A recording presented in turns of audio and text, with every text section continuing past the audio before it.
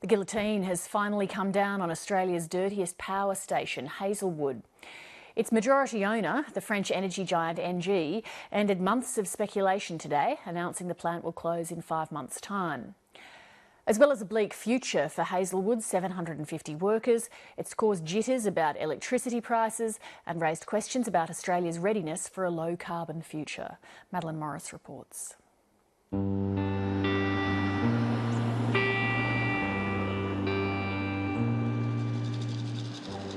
We have taken the decision yesterday with our board to close Hazelwood by end of March 2017.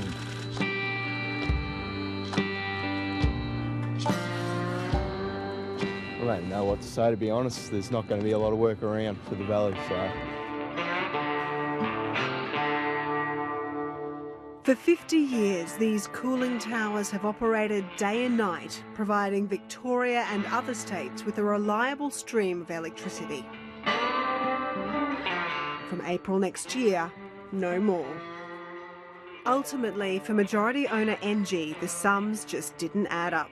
Today, the prices of electricity are very low in a situation where Hazelwood is more than 50 years old and the least economical plant to run in the Latrobe Valley. 750 direct jobs will be lost, a devastating burden for this already depressed area. The people I really worry about, there's going to be plenty of people out at Hazelwood that are of an age where they want to continue on working in the industry, which are going to be displaced unless we can come up with a serious plan of redeploying them to other generators. They'll be left in the lurch. Today, politicians, both state and federal, were out in force to show they were supporting the valley. A $43 million package. $22 million package of personalised support. $3 million for job active assistance. Hopefully, with proper support, which is available from right now, then we can make that transition a little easier. The coal towns of the Latrobe Valley have been through this before. Electricity privatisation saw mass job losses in the 80s and 90s. And in 2014, the Energy Bricks coal-fired power station shut down, sacking 70 workers. I started in 1985. You were proud to work for the power industry. You were proud of this area. If you went somewhere, you would brag. I work at the SEC and a power station. When Damien Brown lost his job 2 years ago, he threw himself into retraining, just like the Hazelwood workers are being encouraged to do. He's done courses in security, traffic management, rigging and other fields. It's provided very little return, just giving him the odd job here and there. Tough for a man with a wife and 6 kids. The truth is, it's just not the jobs for the amount of people looking for them. I think the Hazelwood guys will find it hard to find work unless they get help to find the work. But neither the state nor federal money for retraining and counselling has impressed the union.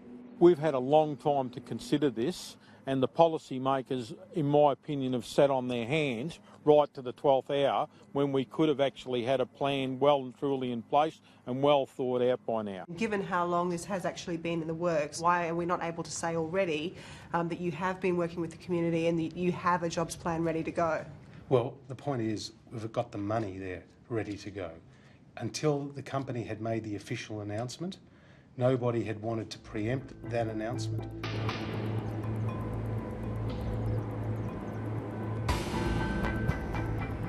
But despite the cost to the community, as Australia's dirtiest power station, Hazelwood's closure was seen as inevitable. The plant accounts for 3% of the country's greenhouse gas emissions. That doesn't mean, though, that its closure will cut emissions by that amount, because that power will still need to come from somewhere. Most likely in the short term from black coal-fired power stations in New South Wales. In that case, the emissions impact will be not the full emissions of Hazelwood, but the difference between Hazelwood and whatever replaces it. In the case of black coal, that means the impact will be more like 1% of Australia's annual emissions. So you'll see 1 gigawatt coming off from Victoria's brown coal and 1 gigawatt coming up out of New South Wales black coal. Roger Dargaville watches Australia's energy generation matrix closely. Even though Hazelwood produces 22% of Victoria's energy and 4% of the national grid, he says Hazelwood's closure will have little impact on Australia's energy security or on price. I think from an energy system point of view, the closure of Hazelwood isn't going to be a big deal. In New South Wales, there's a number of black coal generators that are running at fairly low capacity factors that can produce more output if required. They're more expensive to run using New South Wales black coal, so the costs will go up. It certainly won't stay the same, but we expect that cost to be quite minimal. Today, state and federal governments were putting that figure at between 4 to 8% for Victorian consumers. And both governments were reassuring energy security is not at risk. The reliability of the system will be maintained. While that might be true in the short term, in the longer term, the picture is less clear. Hazelwood's closure is another step on the road to a low-carbon future, in line with our international commitments. But it's here that experts and industry alike are worried about the lack of a clear national plan for meeting our future energy needs. So we have a bunch of state-based renewable energy targets, we have a renewable energy scheme nationally, but we don't have a national energy and climate plan for what the grid looks like and how we get there. We have a huge challenge ahead of ourselves. To build a low-carbon electricity energy system is difficult. Unless you have a lot of hydro, which we don't, no one's ever gone to a very high penetration renewable energy system before.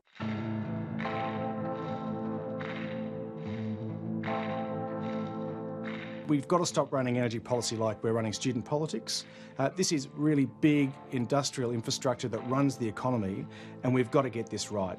It's going to be really important if we're going to deliver a sort of a growing economy in the 21st century.